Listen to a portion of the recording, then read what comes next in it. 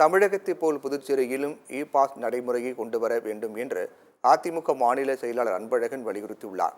புதுச்சேரி உப்பளத்தில் உள்ள அதிமுக தலைமை அலுவலகத்தில் பேசிய அவர், சுற்றுலா என்ற பெயரில் பல்வேறு மாநிலங்களில் இருந்து கஞ்சா உள்ளிட்ட போதைப் பொருட்கள் புதுச்சேரிக்கு கடத்தி வரப்படுவதாக தெரிவித்தார்.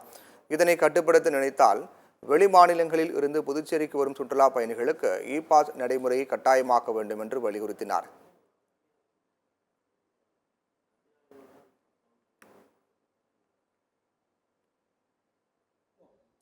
பல குற்றப்பின்னணிகள் உள்ளவர்கள் போதைப் பொருட்கள் கடத்துவது, கஞ்சா உள்ளிட்ட கஞ்சா, ஹான்ஸ், ஸ்டாம்ப் கஞ்சா உள்ளிட்ட உலக சர்வதேச தரம் வாய்ந்த போதைப் பொருட்களை கடத்தக்கூடிய கேந்திரமாக இந்த புதுச்சேரி மாநிலம் இருந்து கொண்டிருக்குது.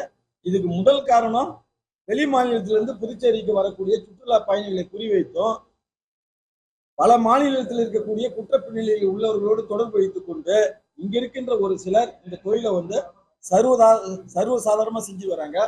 அதை வந்து கட்டுப்படுத்தணும் அப்படின்னு சொல்லிட்டு அரசுக்கு அந்த நோக்கம் இருந்தால், அரசு வெளி மாநிலத்திலிருந்து வரக்கூடிய சுற்றுலா பயணிகள் யார் வராங்க, என்ன வராங்க, எதுக்கோசம் வராங்க என்பதற்கான அந்த இ பாஸ் சிஸ்டத்தை இங்க கொண்டு வர வேண்டும் என்று அதிமுக சார்பில் கேட்டுக்கொள்ளும்.